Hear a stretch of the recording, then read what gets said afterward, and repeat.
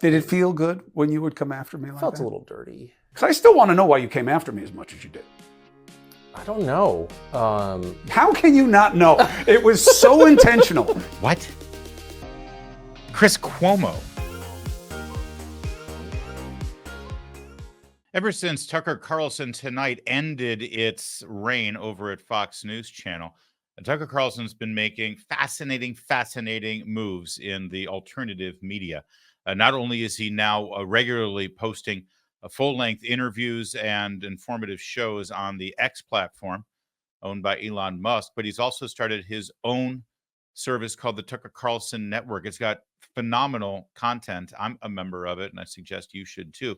Whether you agree with everything Tucker does or not, and I don't know any human being on the planet that agrees 100% with any other human being on the planet. How boring would that be? Whether you agree with him or not, you can't deny that he is delivering high-quality, stimulating, fascinating content that gets people talking. And yesterday was no different. He had a 2-hour conversation with this guy, Chris Cuomo. What? Chris Cuomo, formerly of CNN. If you think about it, both Tucker Carlson and Chris Cuomo both ended up for various reasons, losing their gigs in prime time on the cable news network that they dominated. Both, by the way, as the highest rated shows on that network. In Tucker's case, the highest rated show on cable because he was on Fox News. And let's face it, if you were a regular viewer of Tucker Carlson Tonight, or if you were like me, you watched a lot of it, because I tend to not watch much cable news just because I'm in this business. But I definitely watch clips of Tucker's show constantly on social media, mostly on Town Hall social media feeds, because his segments were great. You saw that Tucker spent an inordinate amount of time on his program making fun of Chris Cuomo, slamming Chris Cuomo, mocking Chris Cuomo. Chris Cuomo, for some reason, felt really compelled to put bizarre workout videos of himself in spandex lifting weights on his Instagram account. And Tucker did what the rest of us did. He laughed at it. And now here's the two of them sitting there in their post-CNN Fox News era, having a 2-hour conversation with each other. And it was, I gotta say, pretty incredible for various reasons. Let me show you one bit, though, specifically where Chris Cuomo said point blank to Tucker Carlson, "Why were you so hard on me? Why did you do this?" Watch. And, we can go through different stuff that I say, that you say, because I still want to know why you came after me as much as you did. Because I'm a dick, probably. Because it was easy. Because I don't like CNN, and I really mean that in my heart of hearts. I really just don't. But why me? I don't know. How can you not know? It was so intentional. It was so frequent. Because people kept sending me videos from Instagram. You. It was me. It was you. I sent the first video and then he was mesmerized. But what was wrong with me lifting weights? You're an outdoorsman. I just couldn't. I mean, I was pissed about the COVID thing. That is totally true. I didn't buy any of this from day one. That was totally real. But that's not, what I did was not really a pure refutation of your positions on COVID. It was me taking the cheap shots, which I'm not always above. And but you should be above that. Did it feel good when you would come after me like Felt that? a little dirty. Felt a little dirty. Dirty good or dirty? You know, I'm not really a dirty good guy. You know what I mean? Because you enjoyed it. Let me tell you, there was is no a momentary shame everyone in your the game. room. No, like his cameras aren't picking up all the people sitting here. But I mean, in the sense that, I don't want to use any kind of sexual metaphor, but there is one for this. It's like something you shouldn't be doing, but there's kind of the animal thrill of doing something wrong, I guess is what I would say. You loved it. You loved it, and it worked for you. But I will say this. And my in-laws watch you. Do you know how hard it is to deal with having your in-laws enjoy a joke that makes you want to, do bad things that are going to cost you civil litigation money? And somebody did say, Chris Cuomo is a lot bigger than you. Maybe maybe you should be careful. I just couldn't, I have weaknesses. I will say I don't think I have a weakness for women. I gave up drinking many years ago, but I'm still beset by the weaknesses of the flesh. And one of them is mockery. I just can't help it. And my wife, I will say, who we were just with, is an unusually good person and would always say, I don't like it when you're mean. You're not a mean person. You shouldn't be mean. Oh, and I'm very dependent on my wife's approval. Like I'm totally happy to admit that. And she never criticizes me, but she in a gentle way, like, I don't like it when you're mean. That's not who you are. It's kind of who I am. That's the problem. I don't know. I don't know about you. I was captivated by this interview. I was captivated by that exchange. There's something kind of cathartic to see these two people who you knew in this different context where they would go after each other. Although Chris Cuomo explains why he never actually returned fire to Tucker Carlson on his show, but they didn't like each other. That they went after each other without actually even knowing each other. And then to see them sort of talking about it after the fact, two people in very different places now, sort of reflecting on it and laughing about it. There's something, why'd you go after me like that? And Tucker's initial response was, because I'm a dick. Which I just find that refreshing. If you like that, you're going to love this interview. It's available for free over on X, and you should see it at Tucker Carlson's feed. Watch it, because there's some other stuff that they discuss. And we're going to show a couple of other clips here. But if you're fascinated by the media and by how the media affects our culture, our politics, how we relate to one another, when everybody says, oh, we're so angry at each other all the time and it's Trump's fault. Well, not really. Not really. And they delve into that. They delve into how the media forces this binary fist fight that we catch ourselves in all the time. And both Cuomo and Carlson sort of acknowledged that though their networks never told them what they should say or what they should do with their programs, they knew the rules and they knew the parts they had to play in this binary narrative that's been thrust upon us. They knew exactly what the role was. And when you hear them acknowledging that and expanding on it, it really starts to clarify exactly the political conversation we catch ourselves engaged in every day. And it's pretty freeing now, especially for Tucker Carlson, to see him not burdened by that anymore. And he's making choices and doing things that he probably wouldn't have done within the confines of his old employment. And to a lesser degree, Chris Cuomo, same thing. And well, let me show you another exchange here. Because again, there's something cathartic to see Tucker Carlson not be polite and call out, it's almost like these guys aren't friends. They just are starting to get to know each other. But Cuomo makes a statement here, and I'll get you up to speed here on this clip. They were talking about January 6th and Ashley Babbitt, who was shot dead by a police officer on Capitol Hill, who has never been investigated. And they go deep into it. And you could tell by the details of how this conversation came about here on the Tucker Carlson Chris Cuomo interview, that Chris Cuomo is not really read in on the details of January 6th. Most of the journalists and people you see on television who thump their chest and say that it was an insurrection and that it was the darkest day of American democratic constitutional republic. And this is just, you let these people in power again, and we're going to tear down the walls of our entire institution. So they'll say things like that without actually literally knowing the facts of what happened that day. And certainly with regard to Ashley Babbitt. And Tucker Carlson raised the issue of Ashley Babbitt and said specifically the fact that she was a 5'2" woman who was shot without any warning by this police officer who was literally under no actual physical threat at the time. He shot through a door at her.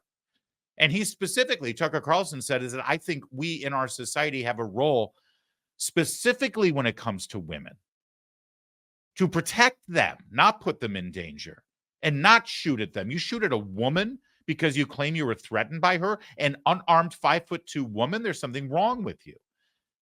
And Cuomo says, oh, well, there are women out there who could beat my ass. And now watch how the conversation ensues. I don't make a gender distinction. Really? I know too many women who can kick my ass. You know what I mean? Like, I don't there think are you too know many- That's not true. I do. Name one who could kick your ass.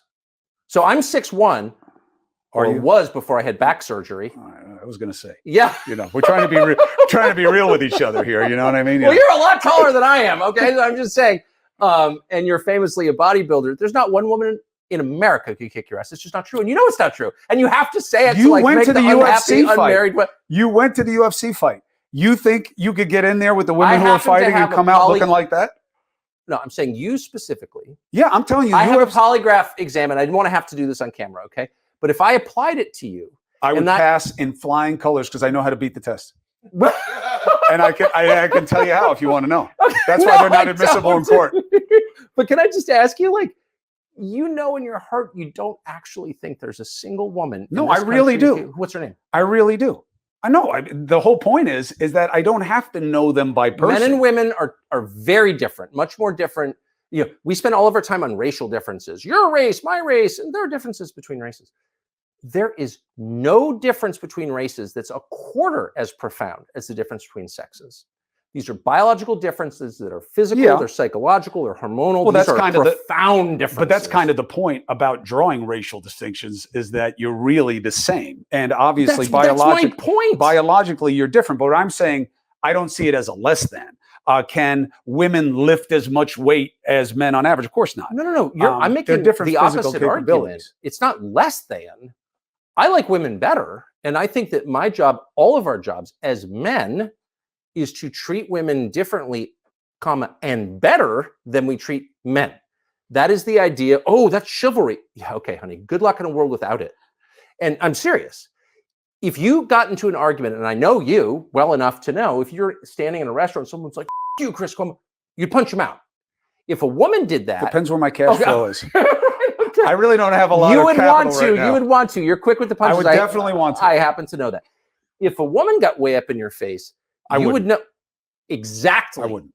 Exactly. So it is a bigger sin, not just against her, but against yourself and your dignity and your responsibility as a man. Your job is to protect women. I'll give you the gender. Period. I don't see it exactly the same way. Because you don't want to admit it. You're telling me some girl's going to kick your ass. And you know that's not true. Hold on. Again, just a little taste of a 2-hour interview, but I think you'll find this fascinating, and I did too. And just that exchange right there, it's just two guys actually having a very real conversation. I think Cuomo is more concerned about his sort of the reaction from the woke left, but the great thing is that Carlson calls him on it consistently over and over again. Some of the things revealed here, Chris Cuomo says, "I think the two-party system is broken, doesn't serve us anymore. It's awful."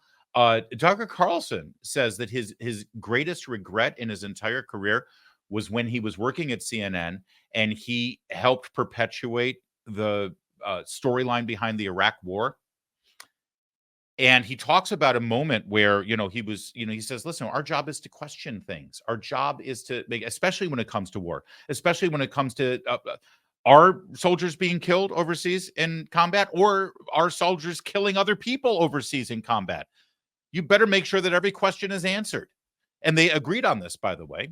And Carlson recounted a story where during that whole thing, during the buildup to the Iraq war, again, he said, I knew what my job was and I knew what my role was, and it was to be the promoter and cheerleader of this thing instead of actually to challenge and ask questions on behalf of us.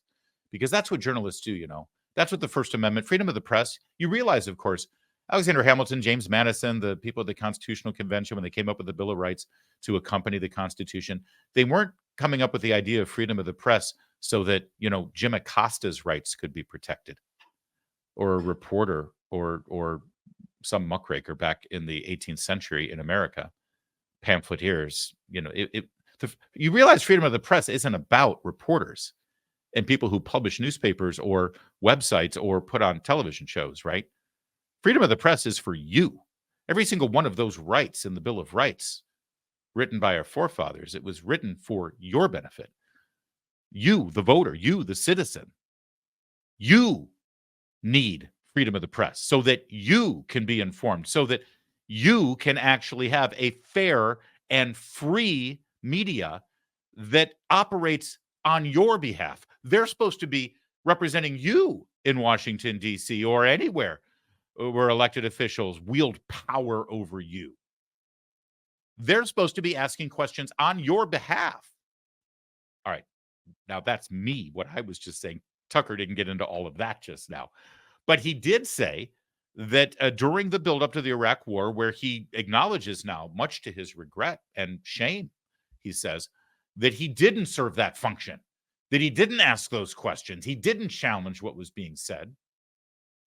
And CNN was very much in the business of ensuring that those questions weren't asked, according to Tucker Carlson. He tells a story about someone at the White House at the time who said, listen, we've got intelligence. I can't show it to you, but you've just got to trust me. We know what's going on here, and we know they were, developing weapons of mass destruction, and they were in on it with Al-Qaeda. And so Tucker took that person at the White House's word. And can I tell you from my personal experience, working in the media in Washington, D.C., in my 13th year now, when the Russian collusion story was breaking in the early days of 2017, after the inauguration, when everything started to happen, I had that exact conversation. I was working for a website. Oh, hell, I'll name names. It was the Weekly Standard. I was brought in to work at the Weekly Standard, and I saw this story, and it didn't smell right. And I went to one of the people who was in charge of the Weekly Standard. And I said, why aren't we covering this story the way it should be covered? Why are we on the side of, the CIA and the FBI? Because this makes no sense, this Russian collusion thing. Why are we doing this? And I was told the exact same thing. I was told, listen, I've got sources in the intel community, and they tell me this is real. This is real. We don't want to be on the wrong side of this story. Donald Trump colluded with Russia to fix the election. That's what I've been told. This happens all the time. Now, just so you know, I got out of there and ended up pursuing the story with another website, with another publication, because I followed my instincts, thankfully. I also didn't have as much at stake as Tucker did when he is at CNN and such. But I guess I share this with you because when you watch this interview, you sort of see unfolding before your eyes the changing of what we've been living with in the realm of media in this country for the last several decades. The idea of conservative cable and liberal cable and mainstream media, it's all actually corporate. It's all corporate media, and they have just as much interest in pursuing their own narrative that doesn't always fit into the tidy little conservative liberal silos that we've been forced into. And it's sort of personified by this exchange between these two men. And I don't know if you're going to end up liking or agreeing with either of them at the end of it. I found myself actually liking both of them and disagreeing with both of them. And that's okay. The only way we actually progress in this country is if these two sit down and talk with each other. Because let's face it, if you're a conservative like I am, you're represented by Tucker Carlson. And I assure you, I know for a fact that you've got people in your life who are Chris Cuomo's to you. How often do you talk to them? How often do you sit down and actually have an exchange like this with them? We ain't fixing anything in this country and moving forward unless we can do that. And by the way, if we start doing that, if we start having those conversations, if we start facing this stuff with reality, then you end up getting Chris Cuomo saying in this interview that the two-party system is broken and neither Democrats or Republicans are really serving the American people that they say they care about, which I think you would probably agree with right now. In fact, I would think Donald Trump even agrees with that. You also end up with Chris Cuomo earlier this week on a podcast down at the South by Southwest Festival saying this. This guy's going to win, by the way. This guy's going to win. I've never seen people behind someone like this before. I've never been to rallies like that before. For anyone, Obama didn't even have rallies like that. And you might just be surprised. And you might just have a constructive conversation that might actually make a difference, not just in your life, but actually for our country. Check it out. Tucker Carlson's feed. They're not paying me to say any of this, right? This is just something that I truly believe. It's really something and worth your time. Yeah, that's right. I just spent over 10 minutes basically asking you to go watch an interview on another channel. But you know what? As my great mentor Andrew Breitbart used to say, this is not a zero-sum game. And if you go and consume content there or at the Daily Wire or at any other great video podcaster where you're watching this right now, that actually helps us too. It helps all of us who are trying to do something different right now. So go ahead. I mean, you'll come back, won't you? Good. Thanks.